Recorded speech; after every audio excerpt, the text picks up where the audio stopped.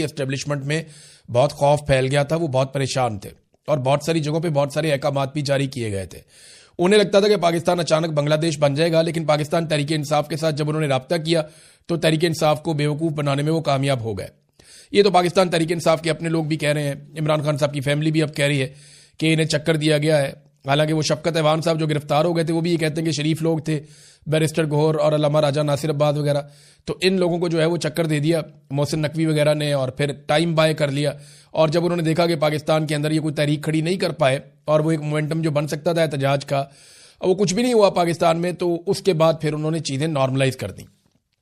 इतनी नॉर्मलाइज कर दी कि बड़े आराम से एक दिन रात को इमरान खान साहब को अस्पताल लेकर आए, लाकर इमरान खान साहब का जो आंख का ट्रीटमेंट करवाया, उनके बाकी टेस्ट किए और वहां से लेकर चले गए। अब दबाव एक तो पब्लिक का है कि किसी वक्त भी पब्लिक अगर खड़ी हो जाती है तो एस्टेब्लिशमेंट के ऊपर एक दबाव रहेगा, और दबाव ये भी है कि अवाम में और पाकिस्तान की मिलिट्री एस्टेब्लिशमेंट में या पाकिस्तान की फौज में बतौर इदारा अवाम के साथ एक दूरी पैदा होती चली जा रही है और वो जो एक ताल्लुक था वो कमजोर पड़ रहा है। तो एक तो ये बहुत दबाव है। दूसरा, पाकिस्तान चल ही नहीं रहा, इस बात का बड़ा दबाव है।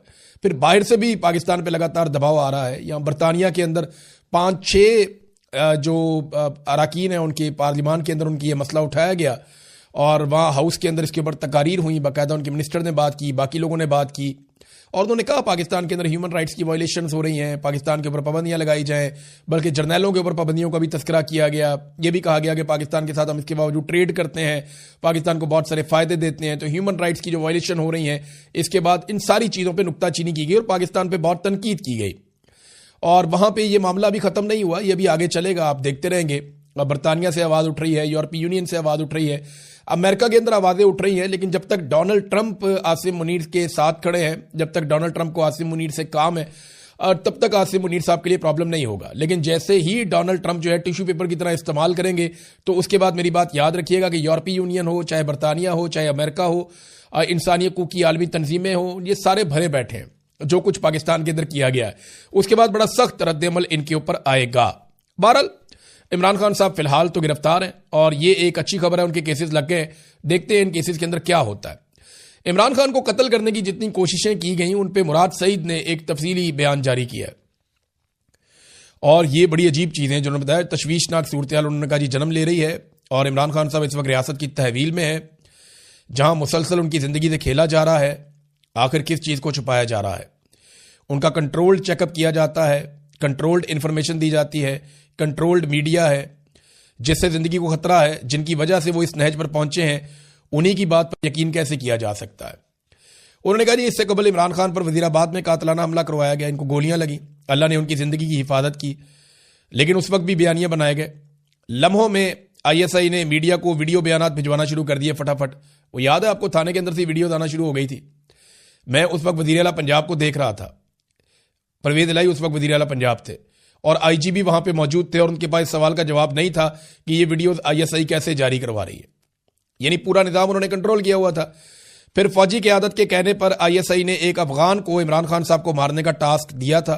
जब मैंने प्रेस कॉन्फ्रेंस में इस साजिश का पर्दाफाश किया तो ISI ने इस्लामाबाद के सेक्टर ने प्रेस क्लब में एक अफगानी की प्रेस कॉन्फ्रेंस रखवा दी और शाम को प्राइम टाइम TV चैनल पर प्रोग्राम में बयानिए के लिए भी भिजवा दिया। मैंने किसी का नाम तो नहीं लिया था, मगर ये जानते थे कि मैं किसका जिक्र कर रहा हूं। इस तरह वो बंदा भी सामने आ गया। फिर स्वाबी में हेलीकॉप्टर गिराने का प्लान भी एक्सपोज हो गया, जिसके लिए डबल एजेंट हायर किया गया था, जो बाद में मारा गया। उसके बाद हेलीकॉप्टर में गलत फ्यूल भरवा दिया गया इमरान खान साहब के, ताकि हेलीकॉप्टर गिर जाए और इमरान खान साहब उस वाक़े में मारे जाएं, और रिपोर्ट आज तक उसकी सामने नहीं आ सकी। 18 मार्च को डेथ ट्रैप बिछाया गया इमरान खान को मारने के लिए। जब वो भी नाकाम हो गया तो पुलिस अफसर को गालियां दी गई कि इमरान खान कैसे बचकर निकल गया। उसके अलावा कई कोशिशें और की गई हैं। 3 साल इमरान खान साहब जेल में हैं और मुसलसल उनकी सेहत के साथ मजाक किया जा रहा है। अस्करी खबरें चलवाने वाला मीडिया ये क्यों भूल जाता है कि आप पाकिस्तान के सबसे अजीम बेटे इमरान खान की जिंदगी से खेलने में हिस्सादार बन रहे हैं। फिर उन्होंने कहा जी कि हाँ, इमरान खान साहब ने जेल में आसिम ला और ज़ैनी मरीज का जिक्र किया तो आसिम मुनीर ने सबके सामने कहा कि आसिम ला है तो है। अच्छा, ये बात वैसे और भी सर्कल से मैंने सुनी है। अब बताता हूं आसिम ला और ज़ैनी मरीज क्या होता है। इसी गुस्से में डी चौक में खून रेजी की गई और इकबाल जुर्म करते हुए यह भी कहा गया कि संगजानी से आगे मत बढ़ो, क्या उखाड़ लिया, सिर्फ हमसे लोग ही मरवाए ना, फिर कोशिश करें इस्लामाबाद आने की, इस मरतबा अटक पुल पर खड़े होकर मारेंगे। वैसे भी डी चौक में तो मरवा दिए हैं। तो ये जनाब, और इस तरह की धमकियां लगाई जाती हैं। बल्कि मैंने तो यहां तक सुना है कि कुछ बड़े ताकतवर घरों के जो बच्चे हैं वो अपने दोस्तों से ये कहते हैं कि हमें तो अगर 1000-2000 बंदा भी मारना पड़ा तो हम मार देंगे, क्योंकि डोनाल्ड ट्रंप हमारे साथ है। अब जब इस तरह की ज़हनियत होगी तो फिर पाकिस्तान खाक आगे बढ़ेगा। बहरहाल ये मुराद सईद का ट्वीट था, उन्होंने तफसीलात सामने रखी कि इमरान खान साहब को माजी में कैसे कैसे कत्ल करने की कोशिश की गई है। अच्छा, इसमें ना अब इमरान खान साहब की फैमिली ने जो स्टेटमेंट दिया, खासतौर पर पाकिस्तान तहरीक इंसाफ के हवाले से, तो सोशल मीडिया पर तहरीक इंसाफ के जो अरकान असम्बली है अब वो बेचारे मुश्किल में पड़ गए।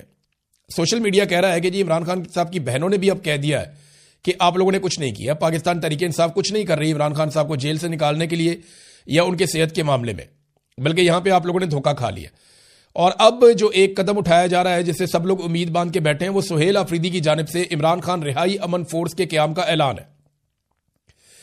इस पे एस्टेब्लिशमेंट ने बड़ी कोशिश की है।